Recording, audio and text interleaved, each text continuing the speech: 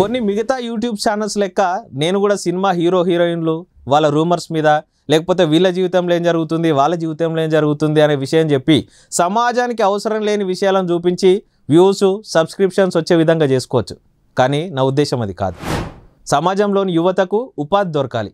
ఎక్కడో ఒక్క వీడియోలోనైనా ఒక్కరికన్నా పనికొచ్చే ఉపాధి అవకాశం ఉంటుంది అని కీలైఫ్ ప్రారంభించాను. ఉదాహరణకు సిద్దిపేట జిల్లా దుబ్బాకకు చెందిన నరసింహాచారి మార్కెట్లో ఉన్న అల్లం వెల్లుల్లి పేస్టుకు స్వచ్ఛత లేదని గుర్తించారు. కొన్ని మిషన్స్ లోన్ ద్వారా తీసుకున్నారు.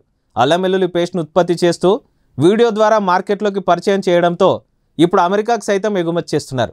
అలా నిరుద్యోగ యువతకు ఉపాధి మార్గాలతో పాటు చిన్న తరహా యూనిట్లకు ప్రోత్సాహం లభిస్తుంది. ఇదే ఈ ఛానల్ ముఖ్య ఉద్దేశం.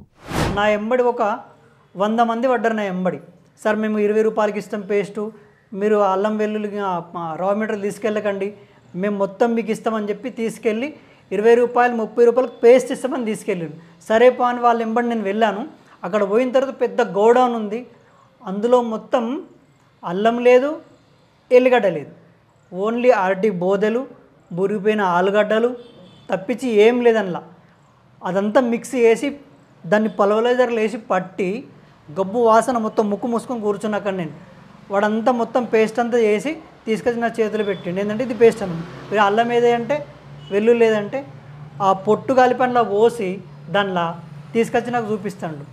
మరి ఇలా వాసన వస్తలేదంటే దానిలో ఎసెన్స్ వేసాడు, స్మెల్ ఎసెన్స్ వేసాడు. అది తీసుకొని నా చేతి మీద పెడితే ఇంటికి వచ్చిన తర్వాత తెల్లారి కూడా ఉంది నా చేతి మీద ఆ స్మెల్. మిషనరీ ఎక్కడి నుంచి తెచ్చారు? గ్రూప్ లోన్లో ఇచ్చారు. ఫస్ట్ చిన్న మిషనరీ ఇచ్చారు. దాని తర్వాత మళ్ళీ మేము వ్యాపారం కొంచెం విస్తరించడానికి మళ్ళీ ఒకసారి వాళ్ళతో మాట్లాడితే వాళ్ళు ఏమన్నారంటే సరే మీకు దానికి సరైన ట్రైనింగ్ ఇవ్వాలని చెప్పి తీసుకెళ్ళి మిషనరీ గురించి ట్రైనింగ్ ఇచ్చారు. ఒక 2 times ట్రైనింగ్ ఇచ్చారు. దాని తర్వాత మిషనరీ ఇచ్చారు. ఇది ఏ సంస్థ వారు ఇచ్చారు మిషనరీ? IMEFI. ఆ సంస్థ వారు మీకు మిషనరీ సమకూర్చుకోవడానికి సహాయం చేశారు. అంటే పెట్టుబడి దీనికోసం అంతా సహాయం వాళ్ళే చేశారు. గవర్నమెంట్ వాళ్ళ నుంచే వచ్చేది. దాని గురించి స్పెషల్గా మీటింగ్ అరేంజ్ చేశారు. దాని నుంచి ఇచ్చారు.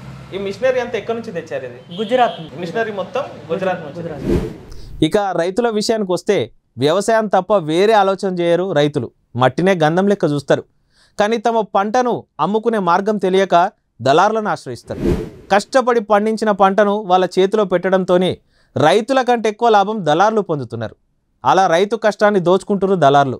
ఇది గమనించిన కొందరు రైతులు తమ పంటను నేరుగా మార్కెట్లో అమ్ముకుంటున్నారు. అలా లాభం పొందుతున్న జగిత్యాల జిల్లాకు చెందిన రైతు భూమేశ్వర్ పాటిస్తున్న విధానాలను మీకు పరిచయం చేశాను రైతుల కోసం. ఎందుకంటే రైతు బాగుంటేనే దేశం బాగుంటుందని నేను బలంగా నమ్ముతాను. ఇంకా ఏమేమి పండిస్తున్నారు ఇక్కడ?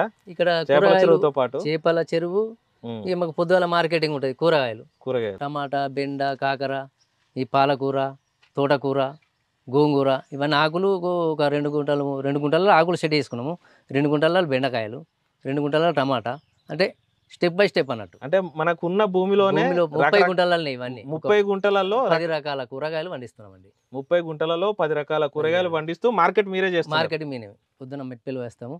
ఇక్కడ కావాలంటే కూడా ఇక్కడ స్టాల్ పెడతాము. ఎంత వస్తుంది? ఒక ఆదాయం ఎంత వస్తుంది? డైలీ 1000 రూపాయలు వస్తుంది.